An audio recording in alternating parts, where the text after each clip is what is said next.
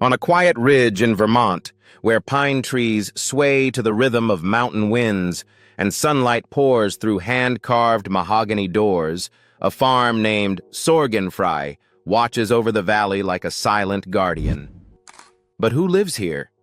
Who chose this life of green pastures and solar panels after decades under the blinding spotlight of Hollywood? Today, we step into the private world of Susan Sarandon, her farm, her fortune, and the freedom she's fiercely crafted for herself. Long before the Emmy speeches and Oscar spotlight, before her voice became one of Hollywood's most defiant echoes, Susan Sarandon was just Susan Abigail Tomlin. Born on October 4, 1946, in New York City and raised in New Jersey, she was the eldest daughter in a devout Catholic family with 8 siblings. Her father, a television producer and ad executive, brought creativity into the household. But it wasn't glitter or glamour that shaped young Susan. It was discipline, survival, and the need to speak up to be heard.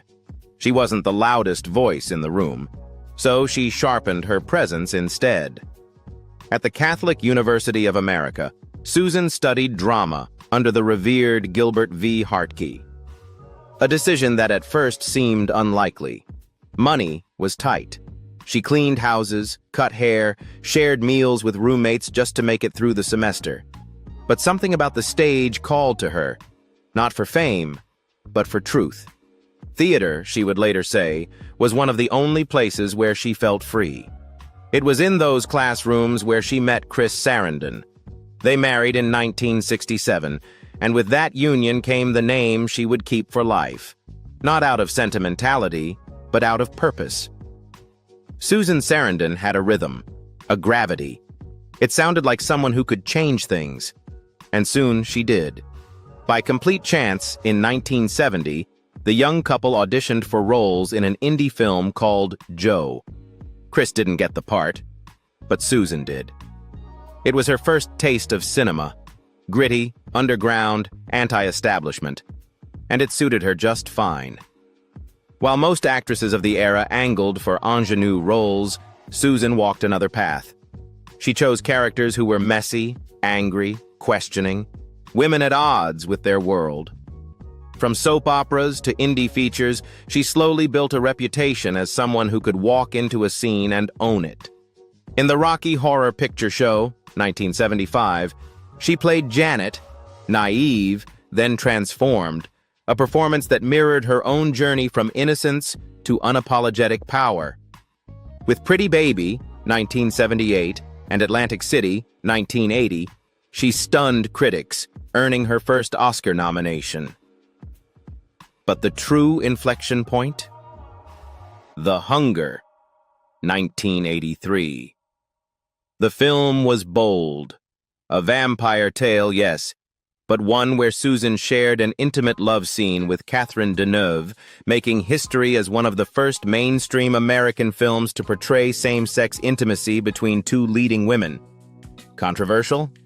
Undoubtedly. Career-defining? Absolutely. Then came Thelma and Louise, 1991, where she portrayed Louise, a woman who'd been through hell and decided she wasn't going back.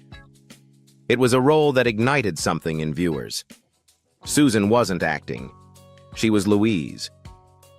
For the first time, America saw her not just as a performer, but as a force. Nominations kept coming. Lorenzo's Oil, 1992, The Client, 1994.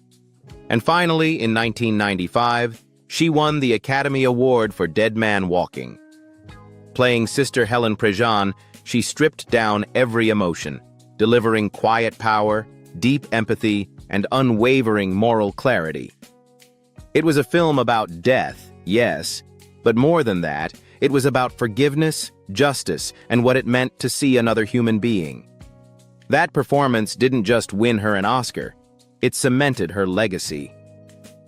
From that moment on, Susan Sarandon stopped playing characters. She started portraying truths, and it showed, in films like Stepmom, Elizabethtown, and The Meddler.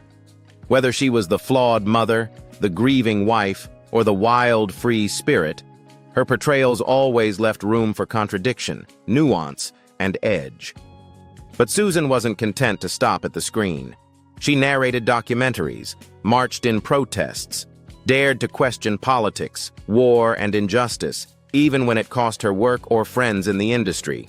She raised 3 children, loved men and women on her own terms, and talked openly about sexuality, aging, and independence, topics most celebrities avoided like fire.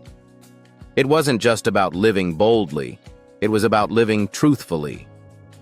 And maybe that's why, after 5 decades in Hollywood, she didn't retire to a gated mansion in Malibu or a penthouse in Manhattan.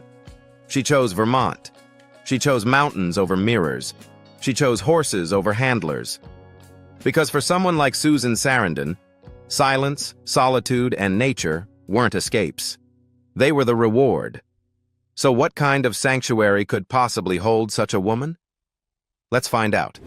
Farm in Vermont. They call it Sorgenfrei, a German word meaning free from worries, and the name fits like a second skin. Nestled among the rolling green mountains of Vermont, Susan Sarandon's $8 million sanctuary doesn't shout its presence. It whispers. With every wooden beam, every breeze through the trees, every golden slant of sunlight across its hand-carved porch, this home was built not for appearances, but for peace. But what exactly does peace look like when crafted by someone who spent a lifetime breaking the rules? It begins with the gate. A quiet turnoff from a country road leads to a gravel path framed by evergreens and wildflowers. There's no flashy intercom, no sprawling lion statues, just a custom-forged iron latch, smooth to the touch, and a carved wooden sign that reads simply, Sorgenfrei. As you pass through, the world behind you softens. Here, it's not about entering a house, it's about entering a philosophy. The exterior is a love letter to craftsmanship. Mahogany siding, designed to weather into rich bronze tones over time. Pella Architect Series windows that frame the landscape like paintings, and doors made from reclaimed Vermont timber, each with handmade hardware, cold to the touch and firm in the hand. But step inside, and the silence deepens. The central living room greets you like a warm embrace. It's not grandiose, but it's powerful. Vaulted ceilings with exposed timber trusses. A 2-sided stone fireplace anchors the space, separating the sitting area from the cozy reading nook. Leather armchairs sit slightly worn, the kind that remember your shape. Bookshelves stretch from floor to ceiling, filled with scripts, philosophy, poetry, and photographs. Not posed, but lived in. To the right, the kitchen. But this isn't just any kitchen. This is a space designed to gather. A marble island stretches wide enough to seat 6. Copper pans hang above the stove. The counters are made of soapstone, cool, textured, meant to age with grace. Windows wrap around the room, letting in morning light that spills over into the herb garden just beyond the stone patio. And then, the wine cellar. Tucked below the main floor, accessed by a narrow oak staircase lit by flickering wall sconces, lies a 1,000-bottle wine haven. Temperature-controlled, of course, but rustic. No chrome, no flash. Just rows and rows of carefully curated bottles, Italian reds, French whites, and New York biodynamic vintages. A candle sits on a barrel in the corner. You get the sense that Susan has stood here, barefoot, glass in hand, swirling something bold as snow falls outside. But the magic doesn't end inside. Step out the back, and the valley unfolds. A 180-degree view of the Woodstock region, shifting with the seasons, crimson foliage in October, glistening snowfields in January, golden light filtering through maple leaves in June. There's no pool, no tennis court, just acres of wild pasture, a few horses grazing in the distance, and a stone bench where you can sit and hear absolutely nothing. It's easy to imagine Susan here, in thick socks and an old sweater, sipping black tea as the fog rolls in. But make no mistake, This home is no rustic shack. It's engineered serenity. Solar panels line the southern roof, generating 18 kilowatts of energy, more than enough to power the entire estate. The walls are insulated with high-efficiency materials. Even the structural joints were built with mortise and tenon custom joinery, ensuring both strength and sustainability.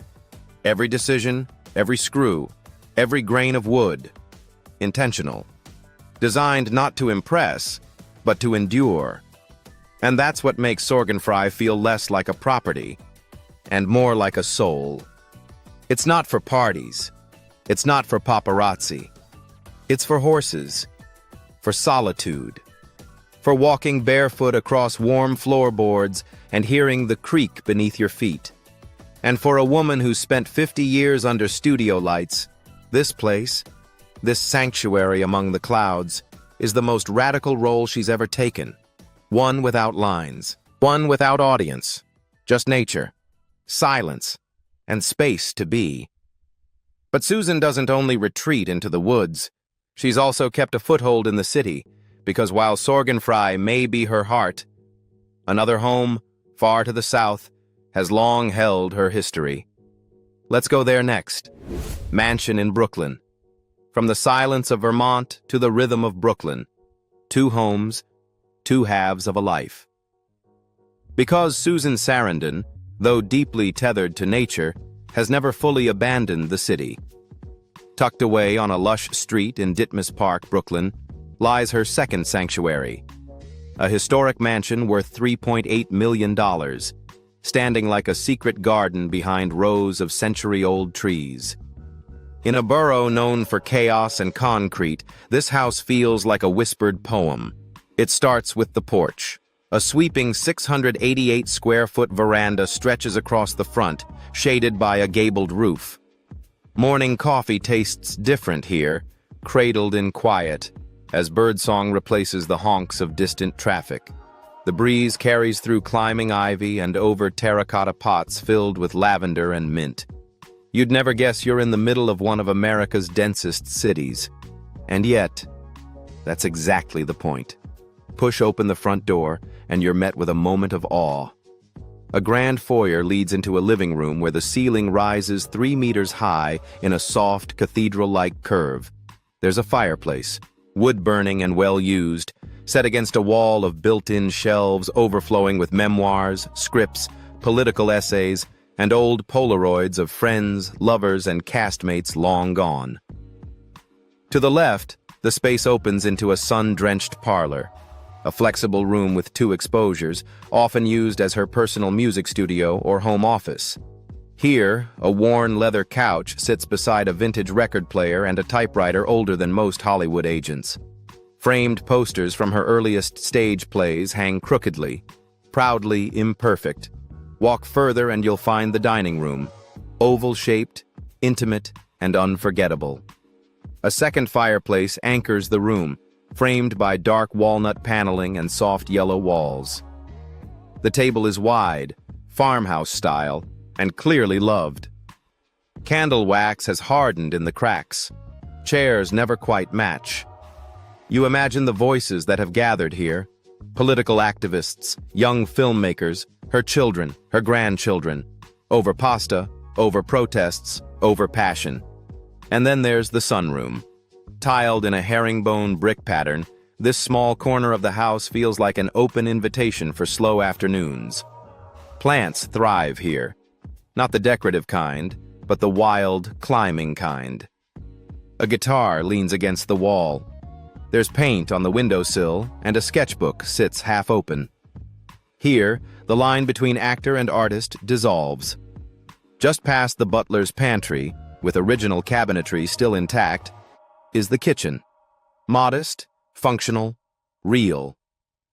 Light spills in from the window above the sink, casting long shadows on the weathered butcher block countertop.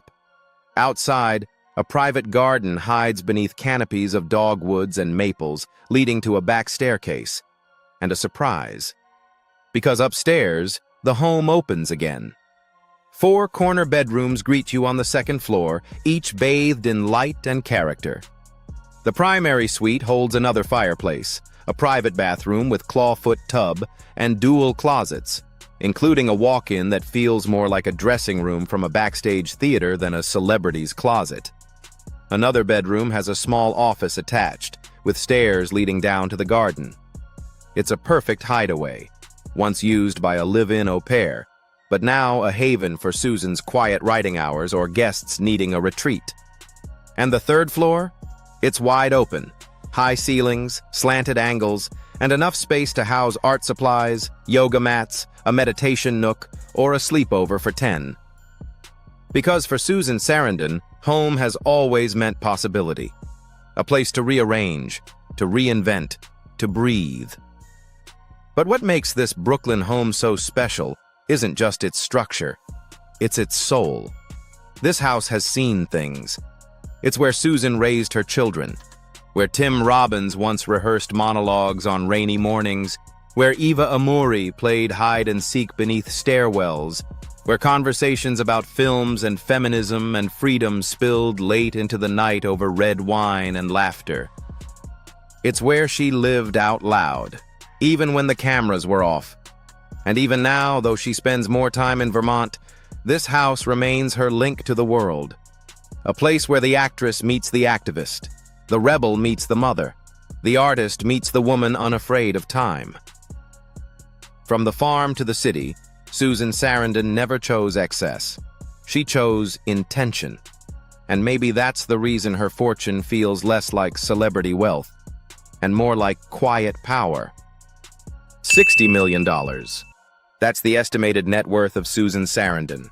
A number that, at first glance, might seem modest in a world where influencers claim jets and TikTok stars flip mansions.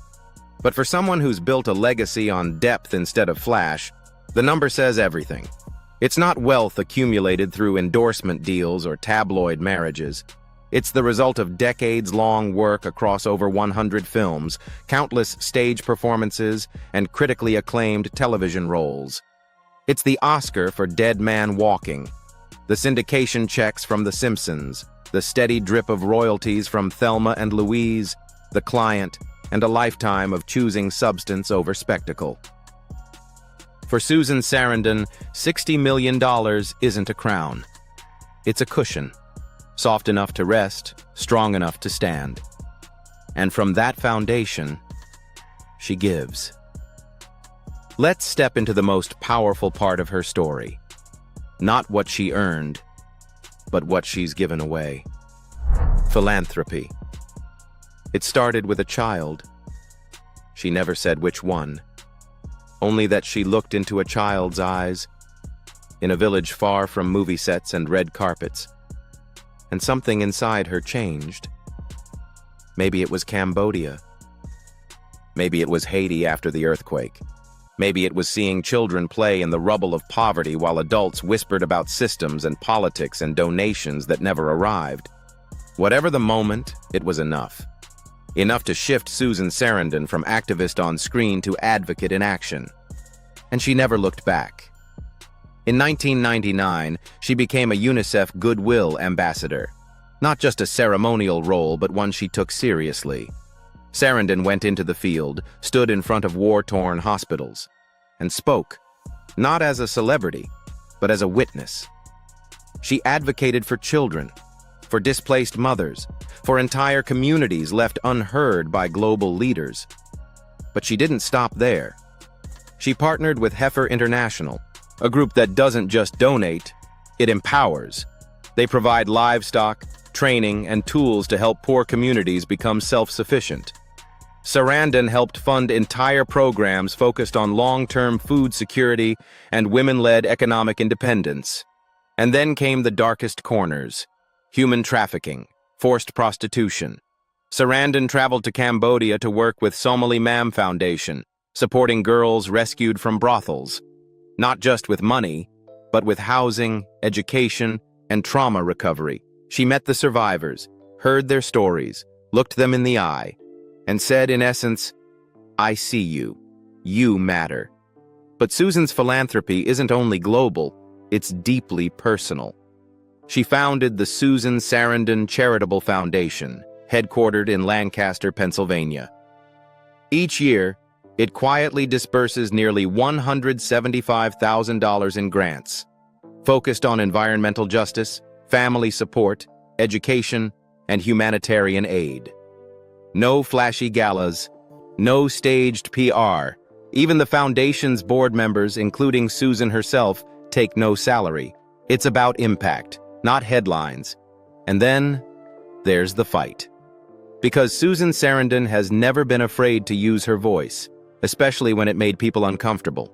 She marched against the Iraq War, spoke out against the death penalty, championed LGBTQ+ rights when it wasn't popular, and lent her name and face to movements that others in Hollywood wouldn't touch. She's been arrested for peaceful protest, criticized for speaking out, blacklisted from events, and through it all, she remained unbothered. Because for her, activism isn't a trend, it's a responsibility. Disaster struck? She was there. After the 2010 Haiti earthquake, she helped organize relief. When hurricanes devastated the Caribbean, she funded rebuilds. When school budgets were slashed, she sent supplies. She never asked for applause. She just showed up, time and time again. But perhaps what makes Susan Sarandon's giving so powerful is its consistency. It isn't seasonal. It's woven into her life, into her travel, into her dinner conversations, into the way she raises her children, into the way she chooses her roles, into the letters she writes to politicians, the protests she joins, the social media posts she refuses to water down. She gives the way she lives, fully, fiercely, and without apology. And maybe, just maybe, that's what true luxury looks like. Because for all the fame, all the awards, all the property and power, the real legacy of Susan Sarandon may not be what she keeps, but what she lets go of. And now that we've seen her causes, her courage, her compassion, let's step into her most sacred space of all, her private life, personal life. If there's one thing Susan Sarandon has proven time and time again, it's this. She refuses to be defined, not by age, not by gender, not by Hollywood expectations, and especially not by her relationships. Her private life, much like her career, has never followed the script. But perhaps the most public relationship of Susan's life was with Tim Robbins, her co-star in Bull Durham. They were never legally married, but they were partners, in art, in parenting, and in principle, for over 2 decades. Together they raised 2 sons, Jack and Miles. She breastfed on film sets, brought her babies to award shows, and made parenting part of her identity, not an afterthought. And when the relationship with Robbins ended in 2009, there was no tabloid war, no press statement, just quiet respect and a continued commitment to their children. And then, just when people expected her to settle down, she pivoted again. She began dating Jonathan Bricklin, a man 30 years her junior, and co-founded SPYN, the ping-pong social club that became a sensation in New York and Toronto. Sarandon was suddenly a nightlife icon again, playing matches under disco lights, sipping wine between games, laughing with strangers who didn't care about her IMDb page. And when that relationship too came to an end, she didn't retreat. She reflected. She grew. She shared her story on podcasts, in interviews, in essays. In 2021, on the podcast Divorced Not Dead, she said something that stopped people in their tracks. I don't care if it's a man or a woman. Any age, any color. I'm open to connection. The rest is just detail. In 2022, during an appearance on The Tonight Show starring Jimmy Fallon, Susan casually confirmed what many had long suspected. She identifies as bisexual. Not as a revelation, not as a headline. Just a truth. Simple, clear, undeniable. For her, identity isn't a cage, it's a canvas. These days, her private life is quieter, but no less rich. She spends time between her 2 homes, Vermont, where she rides horses and hikes trails, and Brooklyn, where she gardens, writes, and hosts small gatherings with artists, activists, and lifelong friends. She reads voraciously, still writes in longhand, still prefers walking barefoot indoors, still starts her mornings with coffee brewed strong and no sugar. And she still loves deeply, not always romantically, but passionately, with her children, her grandchildren, her community, her causes. Her joy now is in connection without performance. She no longer feels the need to explain herself, or her choices, or her past. She simply lives. And in a world where so many fear change, she welcomes it with open arms. So what can we learn from a woman like Susan Sarandon? Maybe it's this: that freedom isn't something you buy. It's something you build. One truth at a time. One love at a time. One morning in Vermont, or one night in Brooklyn at a time. In the end, Susan Sarandon is not just an actress. She's not just the woman in Thelma and Louise, or the nun in Dead Man Walking, or the voice narrating documentaries on justice and grief. She's something rarer, a woman who has lived every chapter of her life without asking for permission. She turned fame into fuel, wealth into weapons of change, and her name, now etched in cinematic history, into a banner under which others could walk taller, freer, bolder. Her Vermont farm isn't just a retreat, it's a metaphor. A life lived on her own land, under her own sky, powered by the sun and shielded by trees older than any headline. A place where she can raise horses, write letters, sip wine, or say absolutely nothing. And maybe that's the most radical act of all. In a world constantly demanding more noise, more exposure, more explanation, Susan Sarandon has chosen less performance, more truth, less fear, more freedom. And that's not just inspiring, it's a roadmap for how to love without labels, for how to live with no regrets, and no apologies. So if her story moved you, even just a little, don't let it end here. Subscribe to the channel for more stories like this. Like the video if you believe in lives lived with purpose. And tell us in the comments, who should we explore next? Whose home, heart, and story should we open next? Because behind every closed gate, every quiet fortune, every flicker of rebellion, there's a story waiting to be told. And we're just getting started.